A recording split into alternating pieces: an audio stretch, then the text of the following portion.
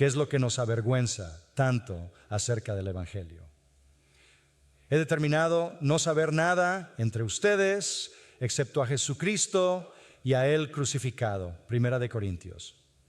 El capítulo 15 es nuestro capítulo y estoy muy agradecido por la dirección del Espíritu de Dios para mirar este capítulo. Es el gran capítulo de la resurrección. Como pueden ver con solo echar un vistazo, es largo. Tiene 58 versículos y para cuando terminemos tendremos una gran comprensión del milagro de la resurrección. Ahora, este capítulo no se trata particularmente de la resurrección de Cristo, aunque eso es fundamental para la resurrección. Se trata de tu resurrección y la mía. Así que esto es tu futuro del que estamos hablando aquí. Esta es tu historia. Esto te sucederá a ti. Esto es muy personal. Esto mira hacia adelante a lo que el Señor ha preparado para aquellos que lo aman. Todos los que aman a Cristo resucitarán de entre los muertos.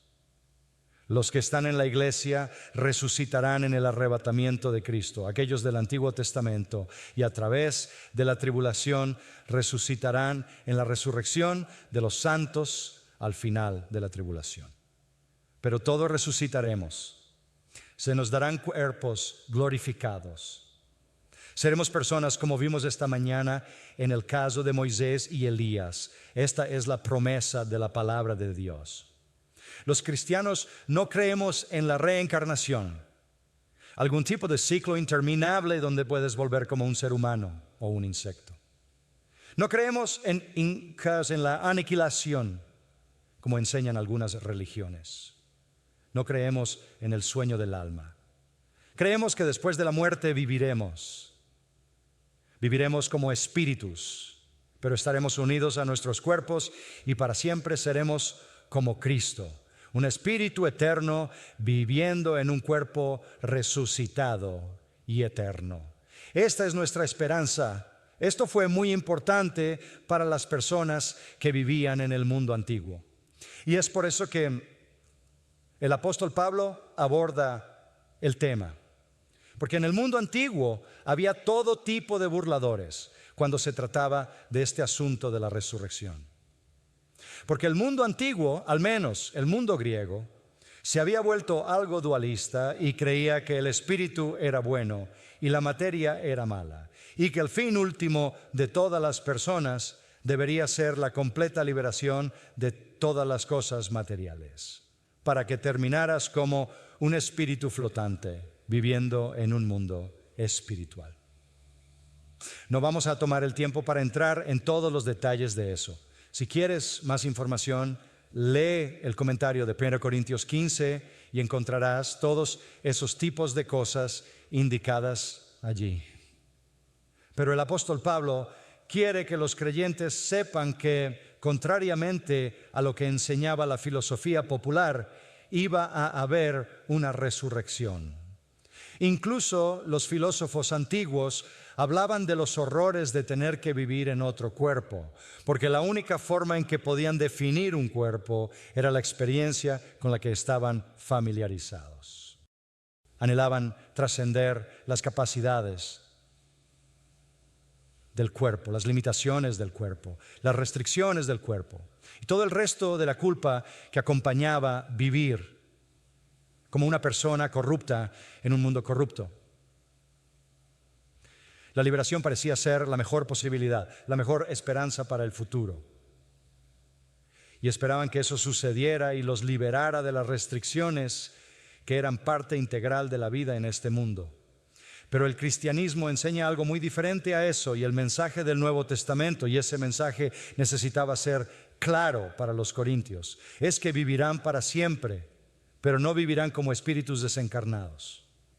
Vivirán como hombres resucitados, mujeres resucitadas. Y así, en el capítulo 15 tienes esta presentación muy exhaustiva y detallada de la resurrección. Todo comienza en los primeros versículos con una mirada al Evangelio, porque nuestra resurrección se basa en la resurrección de Cristo. Fue Jesús, ¿recuerdas?, quien dijo en un versículo que para mí es absolutamente crítico: porque vivo, tú vivirás. También su resurrección es la garantía de nuestra resurrección. Él es las primicias de los que durmieron. Filipenses nos dice que tendremos un cuerpo semejante al suyo, glorioso. Y el suyo era un cuerpo que podía ser tocado, como sabemos en el caso de Tomás. El suyo era un cuerpo que podía hablar y socializar, como vimos con nuestro Señor en las apariciones después de la resurrección en tantas ocasiones. Y así es como la resurrección de Cristo es el punto de partida de una discusión sobre la resurrección, pero es el fundamento, el resto que se centrará en la nuestra. Resurrección. Esto es un vistazo a tu futuro glorioso. Deberías preocuparte por esto, porque esto es lo que recibirás de Dios. Ahora, saltando directamente al capítulo 15, Pablo habla sobre el evangelio de la resurrección. Ese es el punto de partida. Permíteme leerte los primeros versículos hasta el versículo 11. Ahora te hago saber, hermanos, y el evangelio que les prediqué, el cual también ustedes recibieron, en el cual también están firmes, por el cual también son salvos, si retienen la palabra que les prediqué, a menos que hayan creído en vano. Y aquí viene, porque les entregué en primer lugar lo que también recibí: que Cristo murió por nuestros pecados según las Escrituras, y que fue sepultado, y que resucitó al tercer día según las Escrituras, y que apareció a Cefas o Pedro, luego a los 12. Después de eso se apareció a más de 500 hermanos a la vez, la mayoría de los cuales permanecen hasta ahora. Pero algunos han muerto. Luego se apareció a Jacobo, después a todos los apóstoles y por último de todos, como a uno nacido fuera de tiempo, se me apareció también a mí, porque yo soy el más pequeño de los apóstoles, que no soy digno de ser llamado apóstol, porque perseguí a la iglesia de Dios. Pero por la gracia de Dios soy lo que soy, y su gracia hacia mí no fue en vano, sino que trabajé más que todos ellos. Pero no yo, sino la gracia de Dios conmigo. Así que ya sea que fuera yo o ellos, así predicamos y así creísteis. Aquí se recoge el testimonio de la resurrección de Cristo. Esto es absolutamente crítico. Como dije, es fundamental. Pablo comienza diciendo: ahora os hago saber, hermanos. Esta es una introducción enfática y una declaración enfática. ¿Y qué les está dando a conocer? El evangelio. El evangelio que literalmente les evangelicé, que les prediqué, que también recibisteis, en el cual también estáis firmes, por el cual también sois salvos. Este es el punto de partida de cualquier discusión sobre el futuro de nuestras vidas. Todo comienza con el evangelio. Ellos lo habían recibido de Pablo, él se lo había dado. Recuerden que él fue el que Dios usó para ir a Corinto y predicar el evangelio. En el capítulo 4, versículo 15, él dice: pues aunque tengáis 10,000 años en Cristo, no tendréis muchos padres, porque en Cristo Jesús yo os engendré por medio del evangelio. Lo que está diciendo es que fui yo el que el Señor usó para llevar el evangelio y darles vida. Ustedes son mis hijos espirituales en ese sentido. Así que empezamos, hermanos, nuestra discusión sobre la resurrección partiendo del punto del evangelio que recibieron de mí y en el cual también están firmes, en tiempo perfecto. Ustedes tomaron su posición allí, todavía están allí. La implicación es que ustedes han recibido el evangelio, y el evangelio implica la muerte de Cristo y la resurrección de Cristo. Por lo tanto, ya comprenden la importancia, la realidad fundamental de la resurrección. Ustedes tomaron su posición en el evangelio, lo recibieron, todavía se aferran a Él, todavía permanecen firmes permanentemente en el Evangelio, están salvos. Están siendo salvos por su fe continua en el Evangelio. Eso es en tiempo presente. Es el Evangelio el que continúa sosteniéndote, dándote salvación, y es un Evangelio de resurrección. Ahora, esto es cierto para ustedes. Y él menciona esto porque ciertamente había algunas personas en la iglesia de Corinto que no eran creyentes genuinos. Estaban allí, pero no eran genuinos.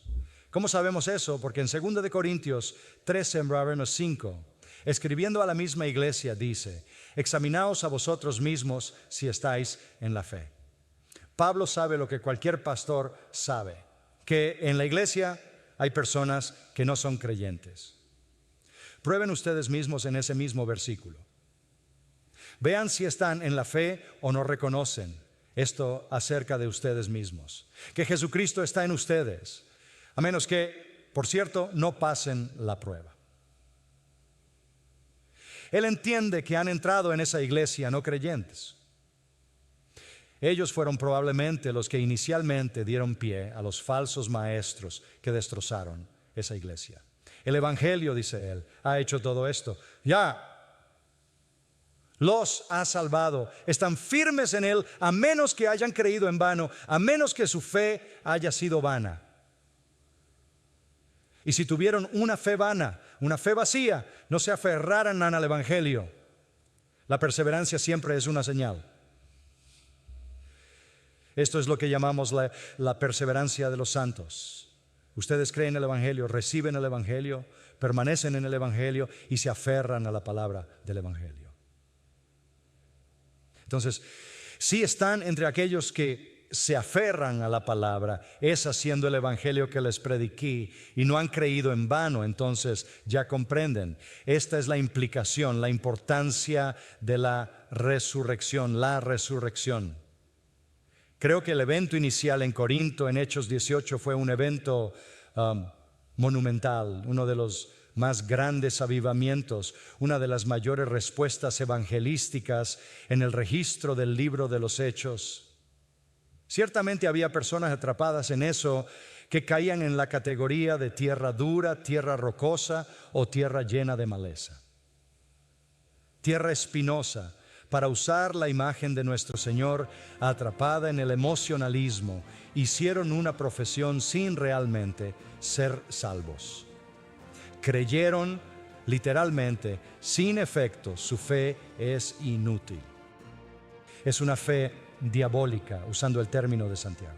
Es una fe sin compromiso. Había quienes no se estaban aferrando, pero también había quienes sí lo estaban, y ellos perseverarían. Juan 8:31 dice: si permanecéis en mi palabra, seréis verdaderamente mis discípulos. Había muchos, ya saben, que seguían a Jesús. Había muchos que parecían interesados en Jesús. En Juan 2 dijo que no se comprometió con ellos porque conocía lo que había en sus corazones. En el capítulo 6 del Evangelio de Juan, muchos de sus discípulos ya no caminaban con él. Dieron la espalda y se fueron. Pero para aquellos que se aferran, es prueba de que su salvación es real. Son los hacedores de la palabra y no solo oidores. Son los genuinos. Y para ellos hay una fe ya comprometida en la resurrección. Ustedes creyeron, recibieron, permanecen, se aferran al Evangelio como verdaderos cristianos. Y ese Evangelio, como luego dice en los versículos 3 y 4, es un Evangelio que incluye la resurrección. Entonces, por el simple hecho de ser cristiano, ya creen en una resurrección física, real, corporal, literal. Esto los distanciará de la multitud común en una cultura dualista, en una cultura de filósofos que desdeñaban la idea de una resurrección física. Ustedes se destacan. Entonces no deberían tener problema en creer en su propia resurrección. Aquí tenemos entonces la primera área de evidencia de la resurrección corporal, y es realmente la fe salvadora. La primera área de evidencia es la fe salvadora, o si lo prefieren, el testimonio de los redimidos. Si son creyentes, verdaderos creyentes, no falsos, no aquellos que creen en vano porque es una fe subsalvadora. Si son verdaderos creyentes, han abrazado, por virtud de esa fe verdadera, una resurrección física. Ya Pablo está tratando de ayudarles a superar este problema que estaba tan discutido en su cultura. Un Mesías crucificado no sería ningún Mesías en absoluto.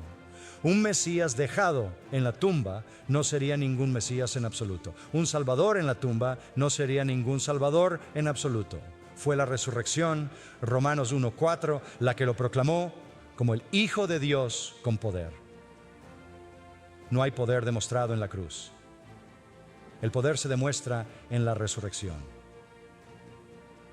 Kenneth Lederer, uno de los grandes profesores de historia cristiana, dice que fue la convicción de la resurrección de Jesús lo que sacó a sus seguidores del desespero en la que su muerte los había sumido y lo que el agua es la perpetuación del movimiento iniciado por él. Pero por su profunda creencia de que el crucificado había resucitado de entre los muertos y que lo habían visto y hablado con él, la muerte de Jesús e incluso Jesús mismo probablemente habrían sido olvidados. Sin resurrección, dice Lederer, y tienes un argumento para la desaparición de Jesús de los registros históricos. Pero Él resucitó y creemos en su resurrección y la salvación requiere eso. Romanos 19:10 dice: si confiesas con tu boca que Jesús es el Señor y crees en tu corazón que Dios lo levantó de entre los muertos, serás salvo. Porque con el corazón se cree para ser justificado, pero con la boca se confiesa para ser salvo. Entonces la iglesia redimida es el primer testigo de la resurrección corporal. No estamos debatiendo si habrá una resurrección corporal. Sabemos que la hay. Decir que los creyentes no tienen una resurrección corporal es desafiar el hecho mismo que es necesario para ser salvos. Y eso es creer en la resurrección corporal de Cristo, que vive para que podamos vivir. La fe en la resurrección, por cierto, es absolutamente única en el cristianismo. Los relatos originales de Buda que identifican lo que es el budismo nunca le atribuyeron tal cosa como una resurrección. De hecho, los relatos más antiguos de la muerte de Buda en los documentos indicaron que murió con esa cita: extinción absoluta en la que no queda nada. Buda murió el 8 de junio de 632 d.C. a la edad de 61 años en Medina, y su tumba es visitada anualmente por cientos de miles de musulmanes. Nunca ha habido ninguna indicación por parte de ninguno de ellos de un Mahoma resucitado. Lo que distingue a la iglesia es que somos salvos porque creemos en un Cristo resucitado. Observa esos testimonios esta noche en el bautismo. ¿Qué simbolizaba ese bautismo? Estaban descendiendo al agua porque Romanos 6 dice que fueron sepultados con Él en el bautismo. Espiritualmente hablando, salían del agua porque han resucitado con Él en una nueva vida. Simboliza nuestra unión con Cristo en su muerte, en la que Él llevó nuestro pecado, y su resurrección en la que nos levantó a la vida. Así que el primer gran testimonio de la resurrección corporal es el testimonio de la verdadera iglesia redimida. Salvados por la fe en un Cristo resucitado, los corintios ya creían entonces en la resurrección corporal. No deberían haber sido influenciados por aquellos que lo negaban, pero hay más. Hay el testimonio de las Escrituras. El testimonio de las Escrituras. Mira los versículos 3 y 4 que te entregué. Y recuerda que acababa de decir que les prediqué en el versículo 1. Te prediqué en el versículo 2. Es lo mismo, vuelve a ese evangelio que te entregué como de primera importancia. Prioridad lo que recibí. Él lo había recibido por revelación divina. Mira, Gálatas 1. Quiero que sepáis, versículo 11, hermanos, que el evangelio que fue predicado por mí no es según hombre. No me vino de una fuente humana. No lo inventé yo. Nadie más me lo transmitió, porque ni lo recibí de hombre, ni me fue enseñado. Esto es Pablo mirando hacia atrás después de la conversión, después del camino de Damasco. Lo recibí mediante una revelación de Jesucristo. Porque habéis oído de mi antigua manera de vivir en el judaísmo, cómo perseguía sobremanera a la iglesia de Dios y procuraba destruirla. Y avanzaba yo en el judaísmo más que muchos de mis contemporáneos entre mi nación, siendo más extremadamente celoso de las tradiciones de mis padres. Pero cuando agradó a Dios, que me apartó desde el vientre de mi madre y me llamó por su gracia, revelar a su Hijo en mí para que le predicase entre los gentiles, enseguida, sin consultar en carne y sangre, ni subí a Jerusalén a los que eran apóstoles antes que yo, sino que fui a Arabia y volví otra vez a Damasco. No vi, versículo 19, a ningún otro de los apóstoles, sino a Jacobo, el hermano del Señor.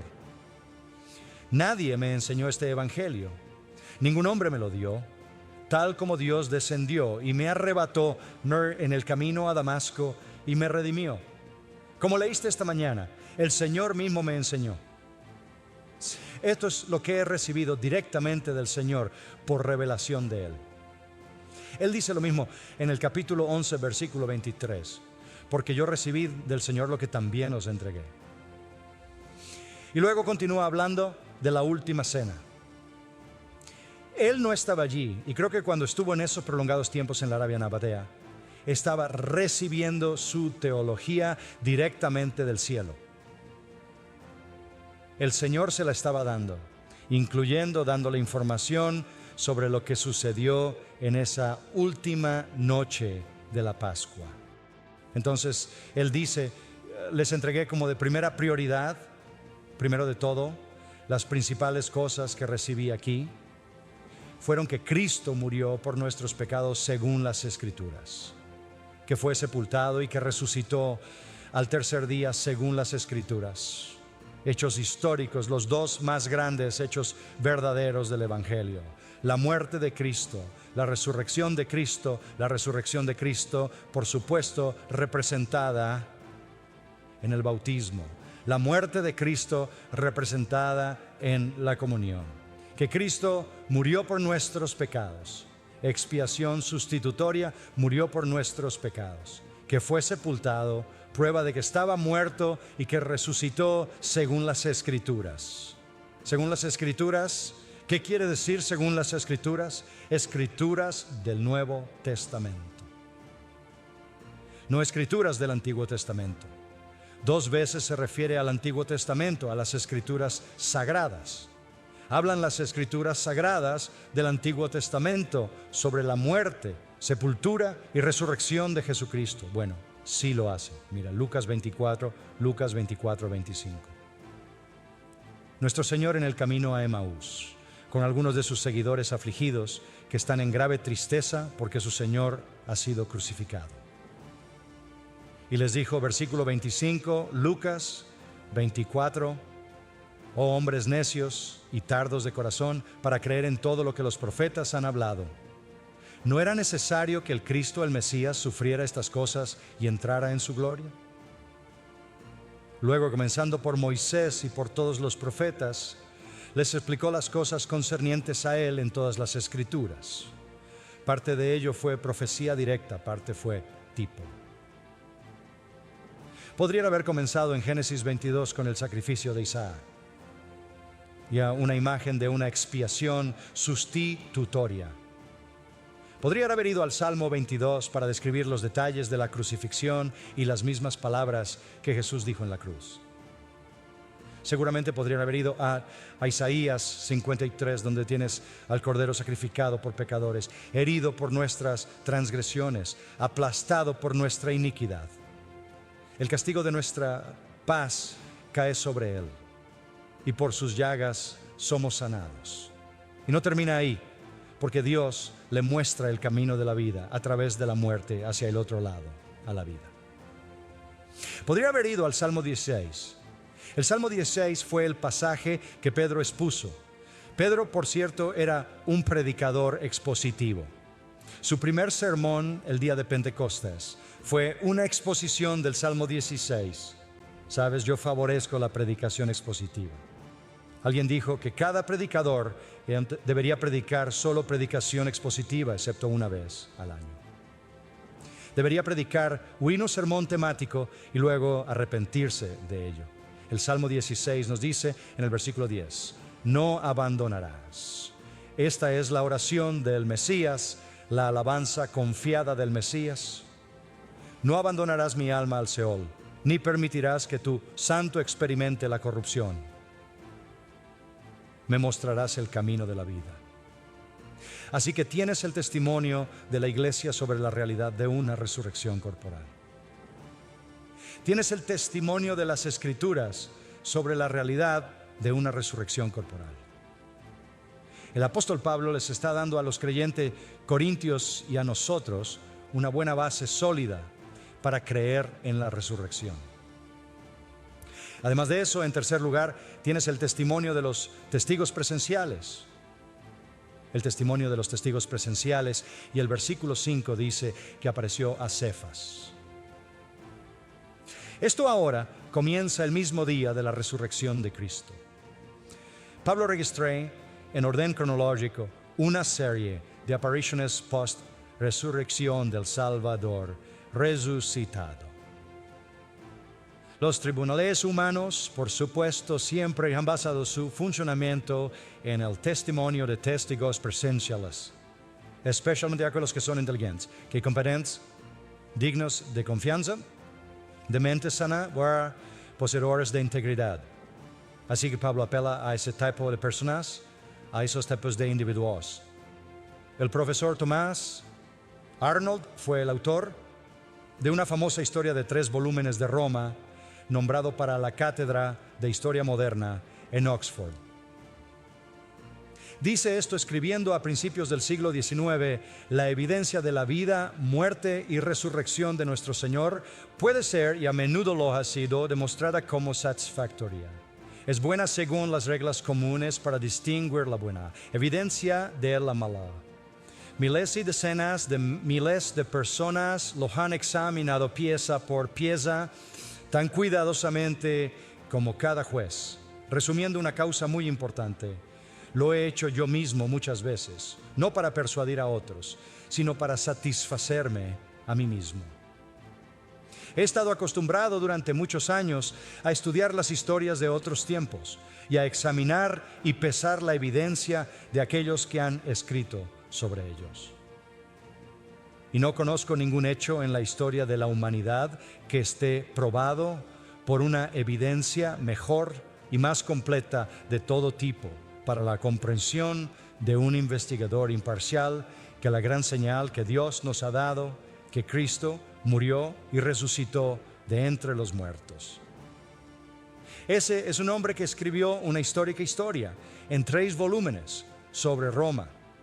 Otro escritor dijo que es el evento mejor autenticado en la historia antigua. Pablo nos da razones por las cuales en el versículo 5, y Él apareció. Podemos detenernos aquí. Él apareció. ¿Cuál es la mejor evidencia de que has resucitado de entre los muertos? Presentarte. No era simplemente el fruto de su deseo, no fue una alucinación colectiva porque ellos querían que sucediera. Él apareció. Ya hemos leído sobre su aparición en el camino a Emmaús. Sabemos sobre su aparición a María Magdalena y las otras mujeres en el sepulcro, pero Pablo se dirige directamente a los testigos apostólicos. Los testigos más formidables y creíbles de todos. Cefas, o es la palabra aramea para roca. Petros es la palabra griega, recuerda en Lucas 24:34. Pedro dice que está vivo, está vivo. Se apareció a Simón, dice el registro.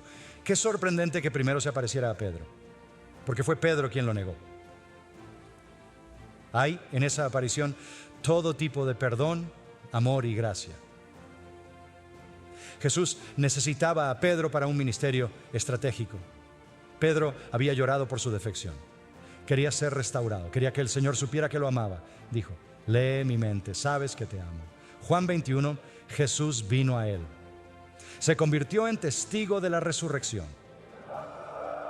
Luego se apareció a los 12, el título oficial. Pero para entonces solo son 11 porque Judas se fue por suicidio. Y los 11 continuaron predicando la resurrección. Ese es su mensaje. Lee el libro de los Hechos. Todos eran predicadores de la resurrección.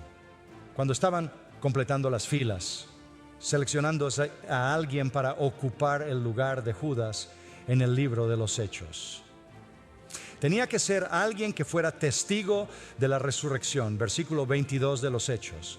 Uno que comenzara con el bautismo de Juan hasta el día en que fue llevado de nosotros. Uno de estos debe convertirse en testigo con nosotros de su resurrección, agregaron. Como sabes, Matías fue otro que llenó los 12 y que daría testimonio del Cristo resucitado. Y así tienes más testimonios de testigos presenciales de estos 12 apóstoles. Y el versículo 6 dice que se apareció a más de 500 hermanos. 500 probablemente en Galilea. No solo a los apóstoles, sino a otros, y a un gran número de otros.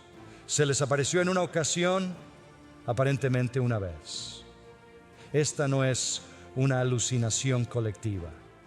Esta es una aparición real. Y la mayoría de ellos todavía están vivos cuando esto está escrito. Y por cierto, Primera de Corintios fue escrita antes que cualquiera de los 4 evangelios que dan el registro de su resurrección. Así que estaban dando testimonio de la resurrección. Antes de que hubiera un testimonio escrito de la resurrección, aunque algunos de ellos habían fallecido, algunos de ellos habían muerto, la mayoría estaban vivos. Luego, en el versículo 7 añade, probablemente no sea Santiago, el apóstol Santiago. Había 2 en los apóstoles, Santiago, hijo de Zebedeo, hermano de Juan, y Santiago, hijo de Alfeo. Pero probablemente se trate de Santiago, el hermano de nuestro Señor. Santiago, el hermano de nuestro Señor, quien se convirtió en una especie de líder de la iglesia de Jerusalén y convocó el concilio de Jerusalén. Sabemos que esto es una maravillosa realidad porque en Juan 7 dice que sus hermanos no crean en él. El hecho según Marcos 3:21, de que pensaban que estaba loco y querían sacarlo de la vista pública porque estaba tan loco.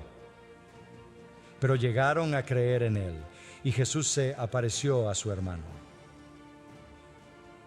Su medio hermano Santiago tuvo un encuentro personal después de la resurrección con su Salvador y su hermano Pedro. Y Santiago son testigos improbables porque ambos habían negado a Jesús.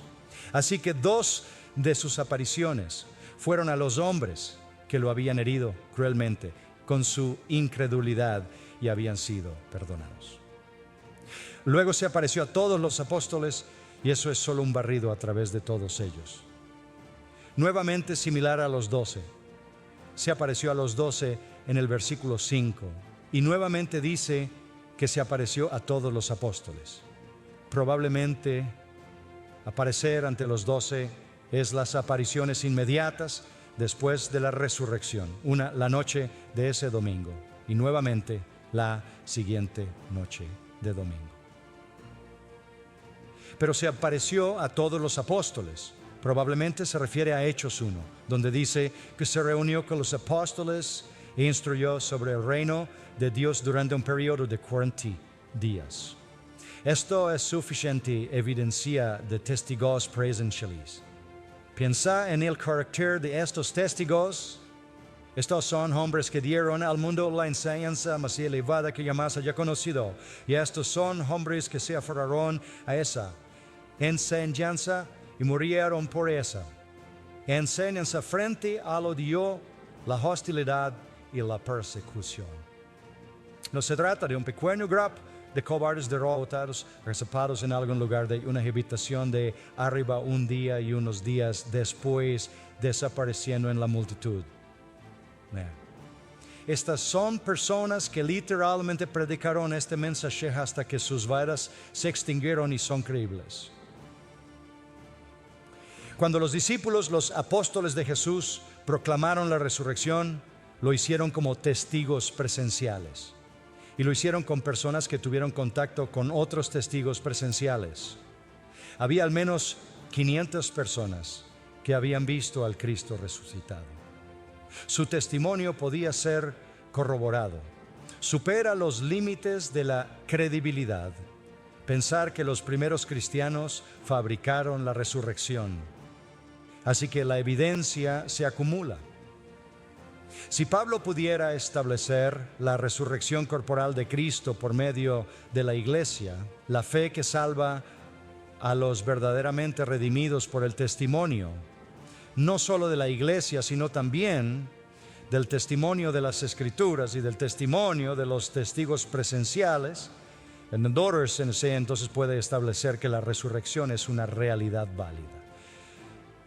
Eso es lo que busca. Y este es un argumento muy completo. El testimonio de un testigo especial, versículos 8 al 10.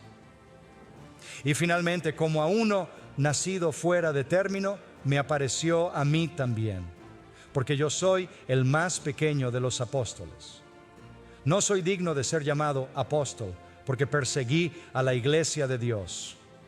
Pero por la gracia de Dios soy lo que soy, y su gracia para conmigo no resultó en vano, sino que he trabajado más que todos ellos.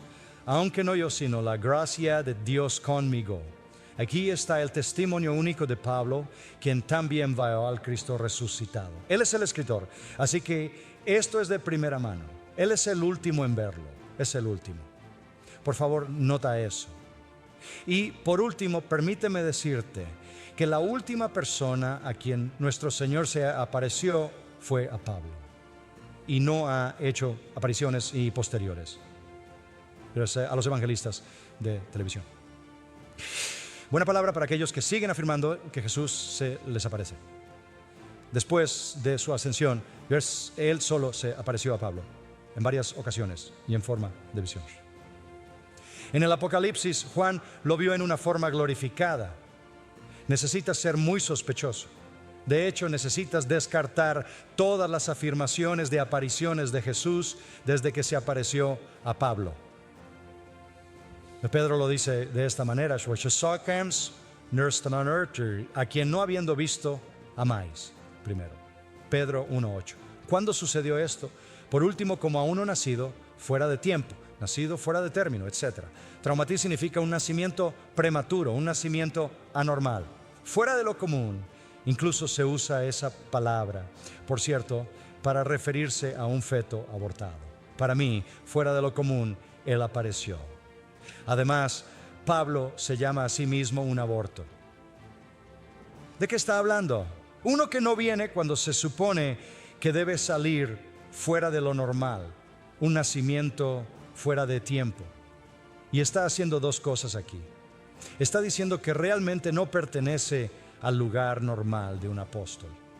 Y también puede estar refiriéndose a las deformidades de su propia pecaminosidad.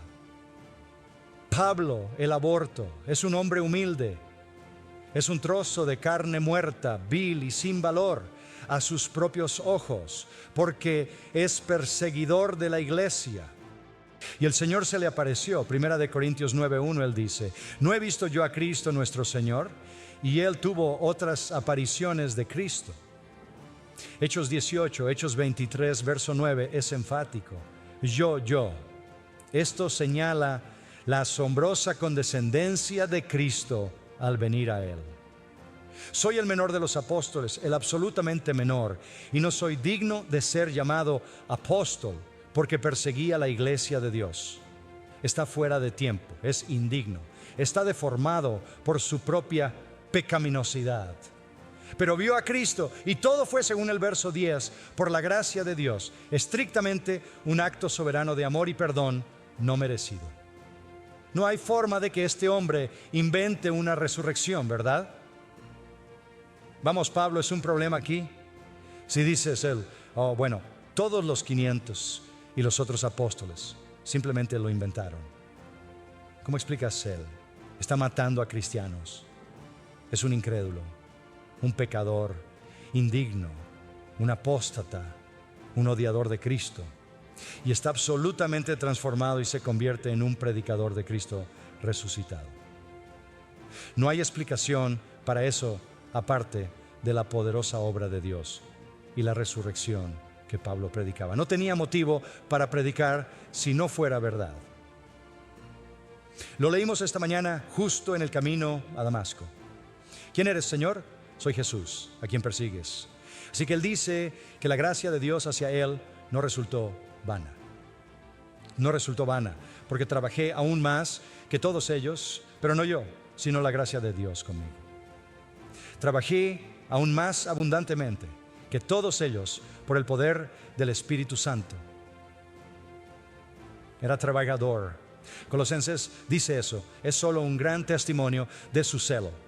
Ese verso es uno de mis favoritos porque se relaciona con el ministerio. Él dice, verso 29, yo trabajo no acá, luchando según su poder que obra poderosamente en mí.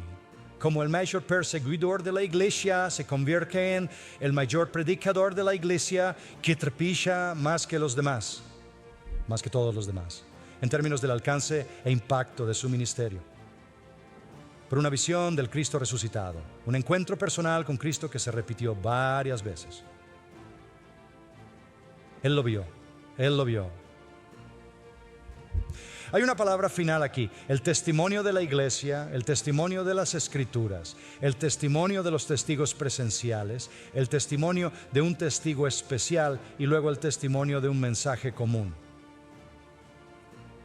Si tienes a tantas personas inventando algo, tendrás dificultades para controlar el mensaje. ¿No estás de acuerdo? ¿Entendemos eso? ¿Sabes algo sobre un tribunal de justicia? O sea, ¿sabes lo difícil que es entrar en un tribunal de justicia y tratar de defender una defensa fabricada cuando tienes personas de todas partes teniendo que decir la misma mentira? Eso es lo que los abogados destruyen. Es la inconsistencia la que destruye el caso.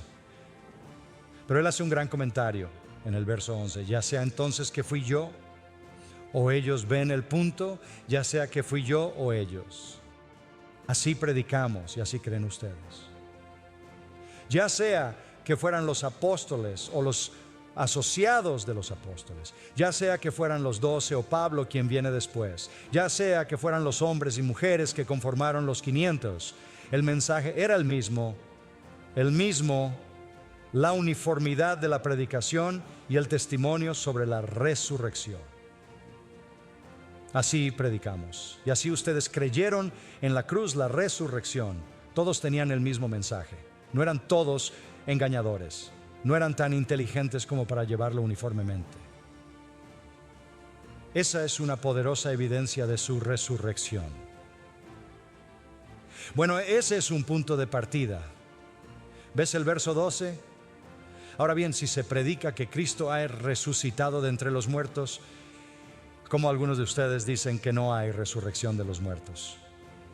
¿Ves su punto? No tienes un argumento válido. ¿Cómo puedes decir eso en una iglesia como creyente profesado que no hay resurrección cuando tu fe se basa en una resurrección que está tan perfectamente atestiguada? Esa es la evidencia de la resurrección. Y ahora, la próxima vez, vamos a mirar el verso 12 y vamos a tratar con aquellos que negarían la resurrección de los creyentes. Bueno, ha sido un gran día, ¿verdad? Maravilloso y rico día de compañerismo y adoración y estudio de la palabra de Dios. Terminemos con oración. Padre, te damos gracias por la riqueza a la que una vez más estamos expuestos en tu palabra, la profundidad de las páginas de las Santas Escrituras. Gracias por la unción que viene del cielo incluso el Espíritu de Dios que nos enseña todas las cosas. Gracias por la iluminación. Te agradecemos por la resurrección de Cristo. Te agradecemos por el Cristo viviente. Te agradecemos que porque Él vive, un día también viviremos. Te agradecemos que un día tendremos un cuerpo semejante al suyo, glorioso. Señor, esperamos ese día glorioso. No hay nada en este mundo que se le pueda comparar. No hay experiencia que nos pueda dar un vislumbre de cómo será. No hay examen que pueda hacer eso.